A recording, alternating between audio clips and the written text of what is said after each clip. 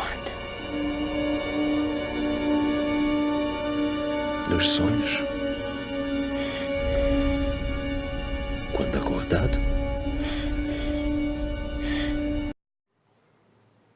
Oi, olá, Jesus nos abençoe, Jesus esteja conosco, continuando nossos estudos, de hoje. Nós vamos falar hoje sobre um tema, mediunidade, que muitas vezes provoca algum tipo de polêmica, porque as pessoas querem trabalhar, querem ajudar, e toda casa espírita tem seus tarefeiros e tem seus filhos, Então nós vamos pincelar, para quem quiser saber mais, vai procurar na doutrina, que tem muito bem explicado.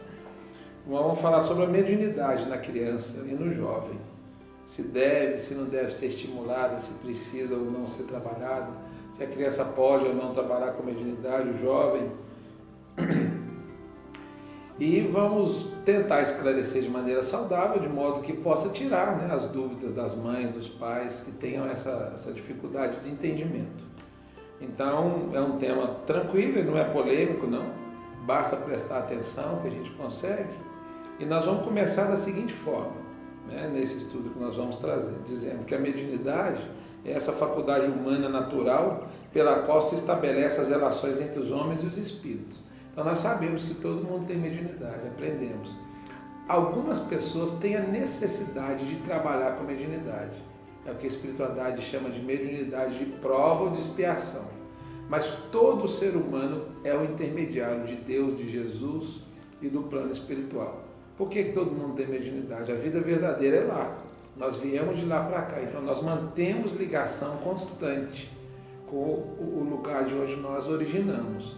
Então todo médico, todo cientista, todo escritor, toda pessoa que está obrando de alguma forma dentro da sua profissão, principalmente aqueles que objetivam a melhorar a vida humana, eles têm uma intuição vinda dos planos superiores. Independente se acreditam nisso ou não. Se a sua crença for sincera na sua obra, na sua profissão, ali está a sua religião. Um médico operando, fazendo um transplante cardíaco, tem todo um plano espiritual auxiliando ele, independente dele acreditar. Então, mediunidade, todas as invenções do mundo, tudo é sugerido de lá para cá. Pessoas, os inventores, pegam e percebem aquilo que Deus, através dos bons espíritos, estão insinuando, estão intuindo. E da mesma forma, as impressões daqueles que não são evoluídos. Todos nós temos, igual a gente vê em desenho animado, um anjinho, um capetinha que aparece. Um anjinho dando bons conselhos, um capetinho orientando a fazer o que não deve, a gente vai seguir o que a gente quiser. A opção de seguir é nossa. Então, a evolução, o estudo é que faz a gente, a evangelização é que faz a gente ouvir o lado positivo. Mas todo mundo tem, inclusive as crianças. Tem crianças que demonstram uma conversa com um amiguinho imaginário, tem crianças que falam sozinhas, tem crianças que têm medo de dormir, crianças que acordam muito, que querem ir para o quarto dos pais ou para a cama, que está com medo, o bicho-papão, o tutu, o que seja aí que for do imaginário, entre aspas, que o imaginário não existe. Então, analisando esse aflorar da mediunidade em diferentes ciclos do desenvolvimento humano, o José Herculano Pires, nosso emérito professor da mediunidade, no seu livro Mediunidade, ele esclarece que as crianças possuem essa mediunidade, por assim dizer, a flor da pele. Por que possui a flor da pele? Porque estão recém-chegados lá do plano espiritual. O corpo ainda está em formação. Os chakras estão abertos. A muleira é o chakra coronário, que ainda está mais lá do que cá. Então a influência do mundo espiritual é maior numa criança do que num adulto. Porém, as crianças são resguardadas pela influência benéfica dos espíritos protetores, que são esses anjos da guarda. Por quê? Nessa fase infantil, as manifestações não devem ser e não podem ainda, por causa da incipiência do conhecimento e de formação de uma criança, ali tem um espírito imortal, ali tem um espírito milenar. Muitas vezes aquele espírito é mais velho que os próprios pais, pode ser até mais evoluído. Mas enquanto criança, aquele corpo está em formação. O conhecimento ou o desconhecimento, as características positivas ou negativas daquele ser, ela está adormecida. Ela não tem condição de sair essas características. exatamente para que as crianças absorvam melhor todo o ensinamento que o pai e a mãe têm para passar. Então, nesse período, elas estão protegidas por esses espíritos protetores, chamados anjos de guarda, exatamente para não prejudicar essa evolução orgânica que precisa acontecer. Mas ela não deixa de ver, ela não deixa de conversar, só que nessa fase infantil, como a criança ainda não tem a capacidade de conjecturar e de pensar, nada mais ela vê isso como uma coisa normal, ela não avalia, ela não pensa. É uma projeção daquilo que a rodeia. Ela está agindo naturalmente como se fosse um encarnado. Então considera-se, isso até os 7, 8 anos mais ou menos, que é a primeira fase da vida, né? Então considera-se que não é uma mediunidade no sentido exato da palavra. É mediunismo, é ligação com o plano espiritual, mas levado em conta a fabulação, a imaginação. Não é? No item, na pergunta número 221 do Livro dos Médiuns, né, Kardec pergunta à espiritualidade: será lícito ou será inconveniente desenvolver a mediunidade nas crianças? Será inconveniente? A resposta: certamente. E sustento que é muito perigoso, porque esses organismos frágeis, né, de uma criança e delicados seriam muito abalados e sua imaginação infantil muito superexcitada. Assim, os pais prudentes as afastarão dessas ideias, ou pelo menos só lhes falarão a respeito no tocante às consequências morais. Aí o que tem que acontecer com uma criança? Então, assim como nas igrejas tem o catecismo, tem a evangelização, e tanto evangélicas, né, quanto católicas tem o catecismo, evangélicas a evangelização, o espírita que frequenta uma fraternidade espírita, todas as boas fraternidades espíritas têm a evangelização infantil, que são pessoas, tarefeiros que estão lá capacitados para tratar da criança do jeito que ela precisa ser tratada, onde os primeiros orientações em relação a Jesus, ao Evangelho, à reforma íntima, à evangelização são dadas através de formas lúdicas, de brincadeiras, de historinhas para crianças. Então a criança pode e deve, e o pai deve levar, e junto com essa evangelização, né, ela vai tomar parte, ela pode participar das brincadeiras da casa e de uma ou outra tarefa relativa à capacidade intelectual de uma criança. Então, o princípio daquela criança que poderá ser um médium no futuro é a evangelização infantil. Todos os pais espíritas têm o dever moral de evangelizar suas crianças, levar para a evangelização e fazerem participar dos cultos nos lares. Né? Existem livros, literatura evangélica, literatura da igreja, existem bíblias para crianças. Não é só espírita não, que as pessoas podem adquirir para ensinar seus filhos em casa a trazer Jesus para esse lar e para essa compreensão infantil. Aí uma outra pergunta feita por Kardec à espiritualidade, mas há a 222 do Livro dos Médiuns, mas há crianças que são médiuns naturais, seja de efeitos físicos, de escrita ou de visões. Haveria nesses casos esse mesmo inconveniente, né, de desenvolver a mediunidade? Naturais. Quando ele fala desenvolver no primeiro caso, é fazer uma criança começar a desenvolver aquilo que ela não está apresentando muito. Ele fala que é perigoso.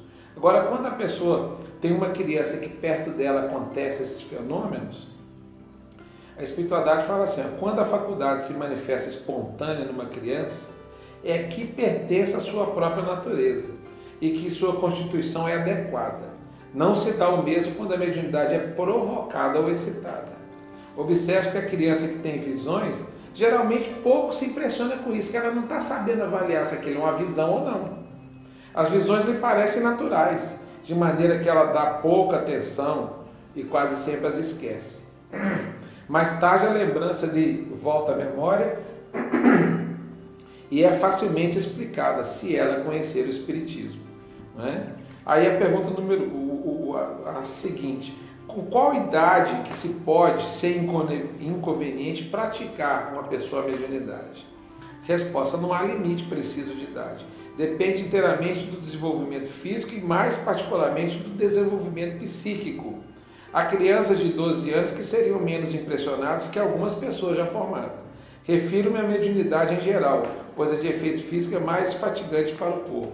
Quanto à escrita, há outro inconveniente, que é a da falta de experiência da criança, no caso de querer praticá-la sozinha ou fazer dela um brinquedo. No livro Mediunidade do Edgar Armand, nem nos livros do Emmanuel, nos livros do André Luiz, né, que falam sobre mediunidade, ele ensina que a criança precisa evangelizar-se, crescer, estudar, aprender, receber as informações da vida, frequentar a casa espírita na evangelização, tomar passo, fazer algum tipo de tarefa relativa à criança e depois, quando entrar na adolescência, frequentar a mocidade, os grupos de mocidade dessas casas. Porque não preocupar com mediunidade, não preocupar.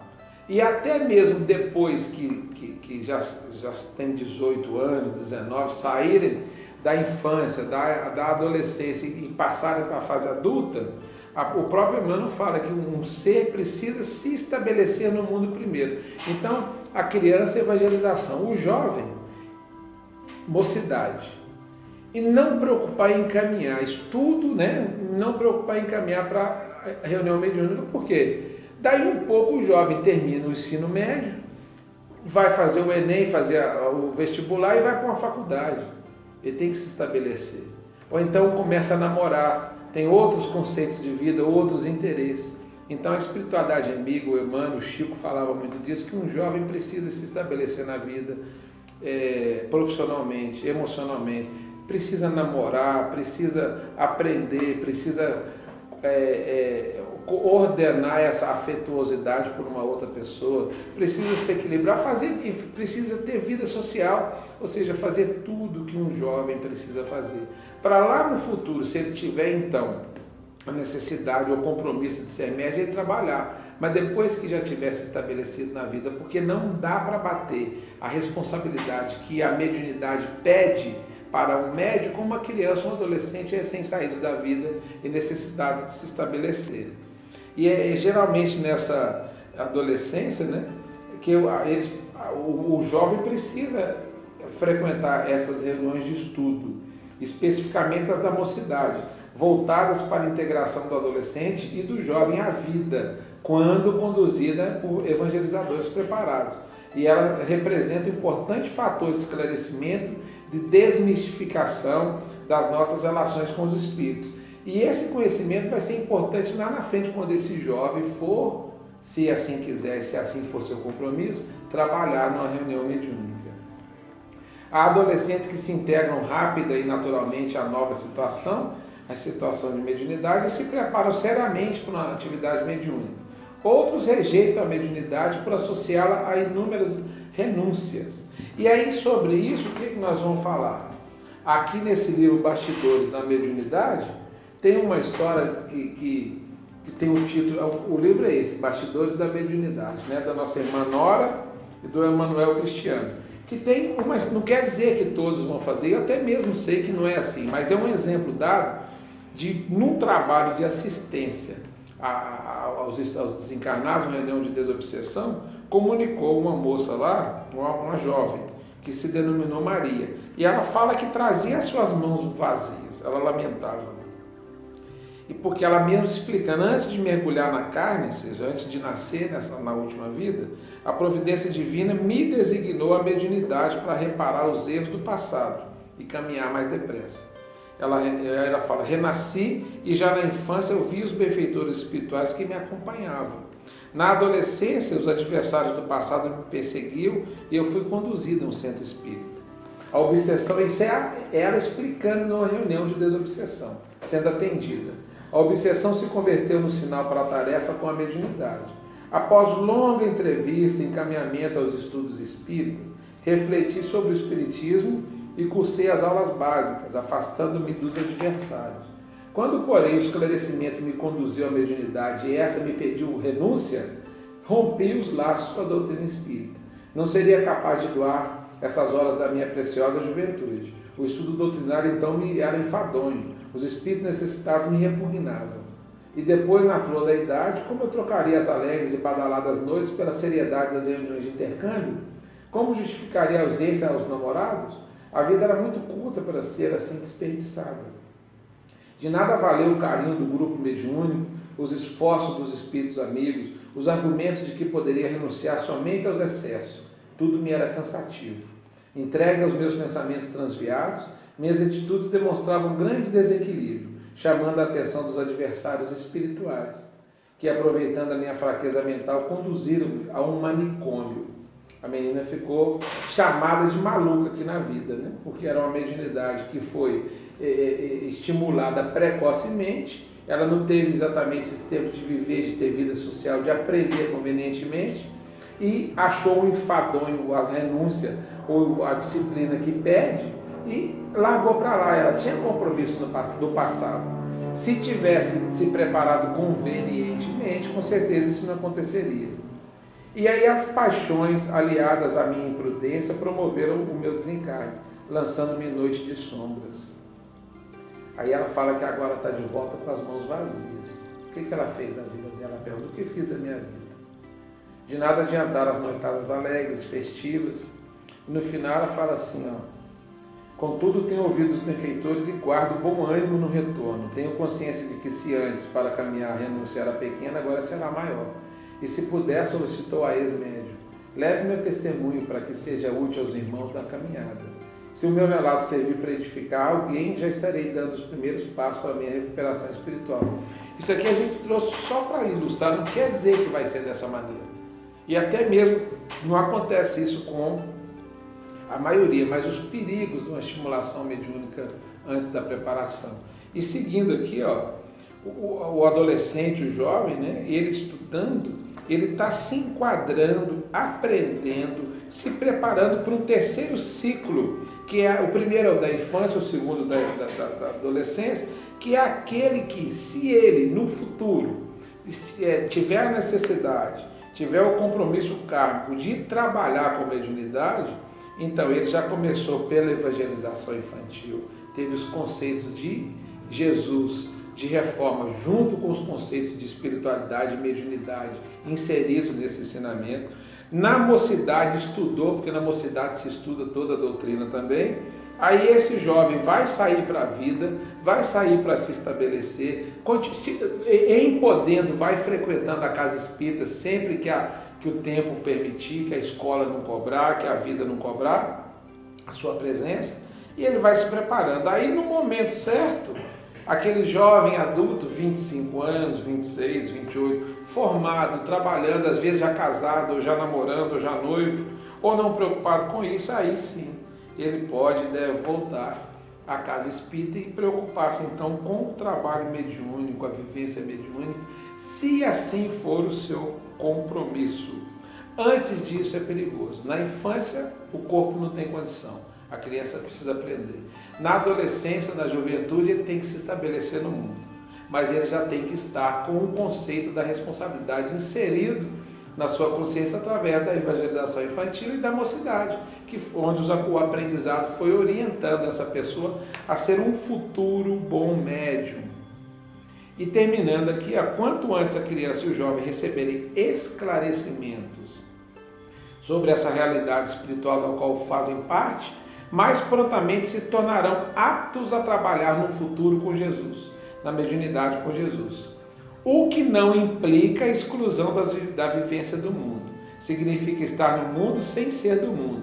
Daí a mediunidade fundamentar-se na vida de relação, estabelecendo convivências, exigindo definição de propósitos, atitudes diferentes, possibilitando crescimento moral e espiritual, antes de trabalhar com a mediunidade.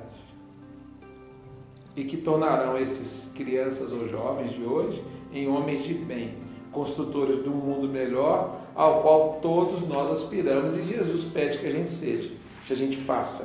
Então o jovem, em resumo, é isso: evangelização enquanto criança, estudos na mocidade, estabelecimento no mundo, criação positiva dos pais, se é sim, diga sim, se é não, diga não, sem obrigações mediúnicas, mas com deveres morais de serem boas pessoas, passadas pelos pais e pelo estudo. Aí lá no futuro, se de fato quiserem e precisarem, com certeza serão bons médicos, porque vão ter essa base de sustentação sólida. Esperamos ter ajudado com essa mediunidade na criança e no jovem. Fiquem com Deus e até um próximo momento. Que Jesus continue sendo sempre nosso modelo e guia.